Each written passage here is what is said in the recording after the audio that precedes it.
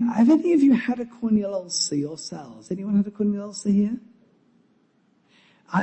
Whenever anyone puts their hand up and says they have, corneal ulcers are really painful. Well, you know anyway that salt in your eye, when you come out of swimming in the sea, it's a bit blinky because, so I'm not convinced that actually putting salt into an eye with corneal ulcer and stromal edema is the right thing to do. Everybody uses it in the States, but there are so many things.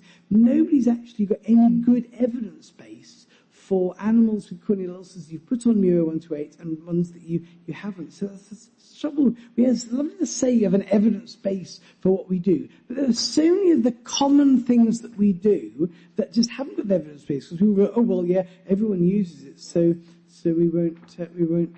I mean, in this situation, would you use an antibiotic in this situation where you've got a mid-stromal corneal ulcer?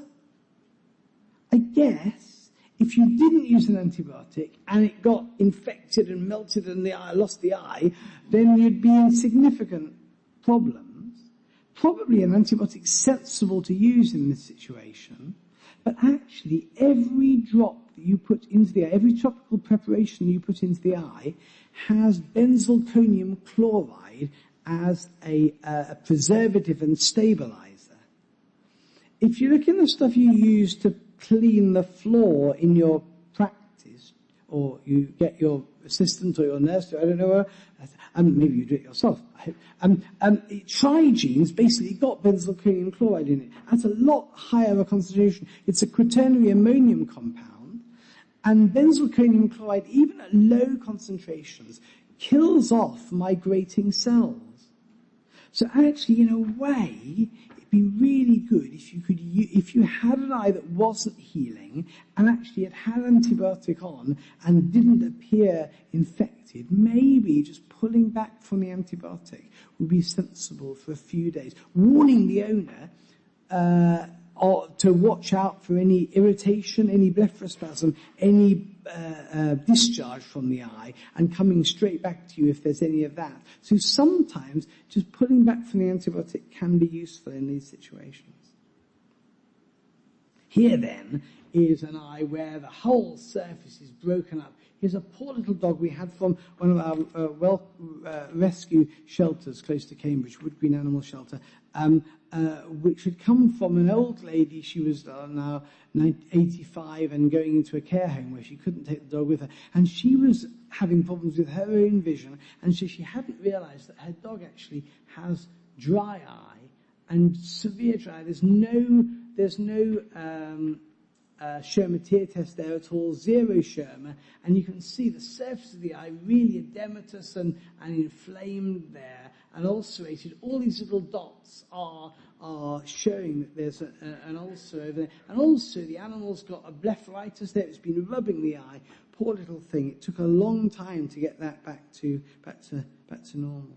And actually, from a dry eye perspective, you'd want to put that dog onto Optimune to increase its tear production, but actually that may take a few weeks. Or in fact, if it's had a zero Schirmer for a long time, you might find that it's not going to improve with Optimune, and then have to look at tear replacement therapies. We'll talk about that tomorrow when we talk about dry eye in more detail.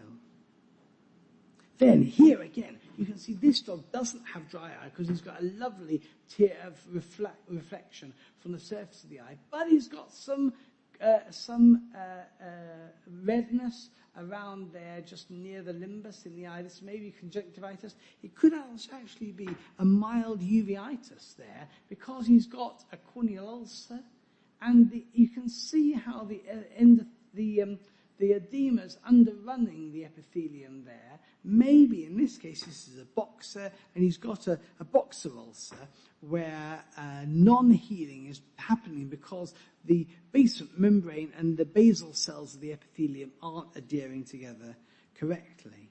Here's another boxer ulcer. You can see here that the fluorescein has gone right to the edge of the ulcer and beyond here. Here's the edge of the ulcer. I don't know if you can see it all the way around. There's this little black line going all the way around, and underneath the whole of the black line, there's fluorescein that's